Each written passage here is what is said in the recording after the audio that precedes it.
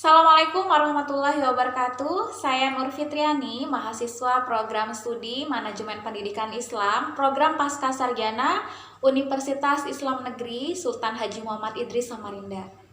Saya akan mempresentasikan tentang perubahan budaya organisasi di lembaga pendidikan guna memenuhi tugas mata kuliah Manajemen Mutu Terpadu di Lembaga Pendidikan Islam dengan dosen pengampu Profesor Dr. Haji Muhammad Ilyasin MPD dan Dr.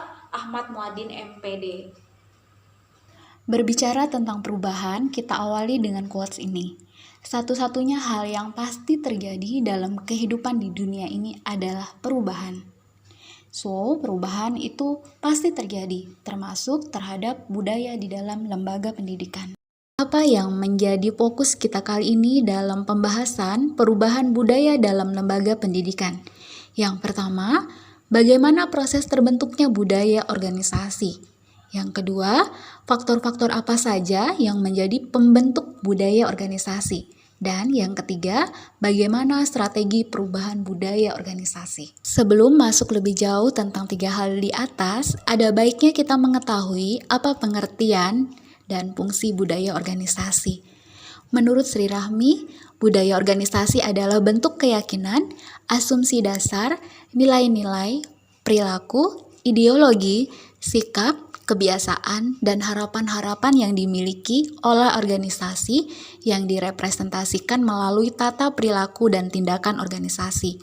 Sedangkan fungsi budaya organisasi menurut Robert Krittner dan Angel Kinnicky, yang pertama, fungsi budaya organisasi adalah memberi anggota identitas organisasional. Yang kedua, memfasilitasi komitmen kolektif. Yang ketiga, meningkatkan stabilitas sistem sosial. Dan yang keempat, membentuk perilaku dengan membantu anggota untuk menyadari lingkungan. Adapun pandangan Islam terhadap budaya organisasi dijelaskan dalam Quran Surah Ar-Ra'd ayat 11 yang artinya, baginya manusia ada malaikat-malaikat yang selalu menjaganya bergiliran dari depan dan belakangnya. Mereka menjaganya atas perintah Allah. Sesungguhnya Allah tidak akan mengubah keadaan suatu kaum sebelum mereka mengubah keadaan diri mereka sendiri. Dan apabila Allah menghendaki keburukan terhadap suatu kaum, maka tak ada yang dapat menolaknya dan tidak ada pelindung bagi mereka selain Dia. Dalam ayat tersebut telah dijelaskan bahwa suatu keadaan kaum tidak akan Allah Subhanahu wa Ta'ala rubah dengan sendirinya, melainkan ada usaha untuk merubah dari kaum itu sendiri. Ini menunjukkan bahwa Allah Subhanahu wa Ta'ala memberikan kita andil dalam menentukan keadaan kita sendiri, termasuk budaya organisasi di dalam lembaga pendidikan. Selanjutnya masuk pada penjelasan proses terbentuknya budaya organisasi. Menurut Sobirin yang dikutip dari Stein, proses terbentuknya budaya organisasi yang pertama, para pendiri dan pemimpin lainnya membawa serta satu set asumsi dasar, nilai-nilai, perspektif, artefak ke dalam organisasi dan menanamkannya kepada karyawan.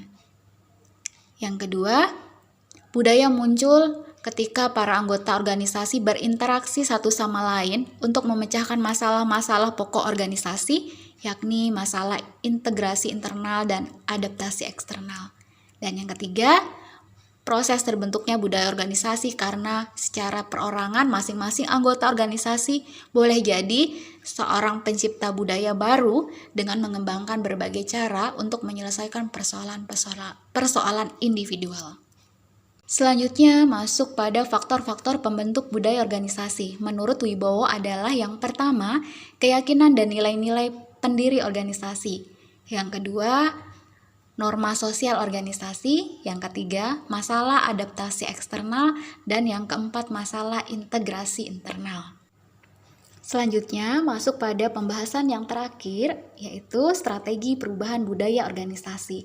Menurut Paul Beth, yang pertama adalah deformasi.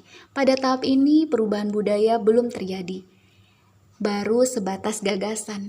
Pada tahap ini, pihak yang bertanggung jawab terhadap kinerja organisasi memaparkan kepada anggota organisasi dengan menggunakan berbagai bentuk media situasi organisasi yang tidak menguntungkan yang berakar pada budaya lama. Yang kedua adalah rekonsiliasi. Pada tahap ini adalah perlu dukungan berbagai pihak terhadap gagasan perubahan budaya organisasi. Yang ketiga, akulturasi. Pada tahap ini adalah mengkomunikasikan kesepakatan yang telah dicapai pada tahap sebelumnya untuk menciptakan sebuah komitmen. Yang keempat, pelaksanaan perubahan enaktif. Pada tahap ini, pemikiran, pembahasan, diskusi, dan perdebatan tentang budaya baru yang diharapkan menjadi identitas diri organisasi sudah berakhir. Yang terakhir, pembentukan struktur dan bentuk budaya formatif. Pada tahap ini perlu membentuk dan mendesain struktur budaya untuk menciptakan arsitektur budaya baru. Itulah sedikit pembahasan tentang perubahan budaya organisasi. Demikian presentasi dari saya, semoga bermanfaat. Wassalamualaikum warahmatullahi wabarakatuh.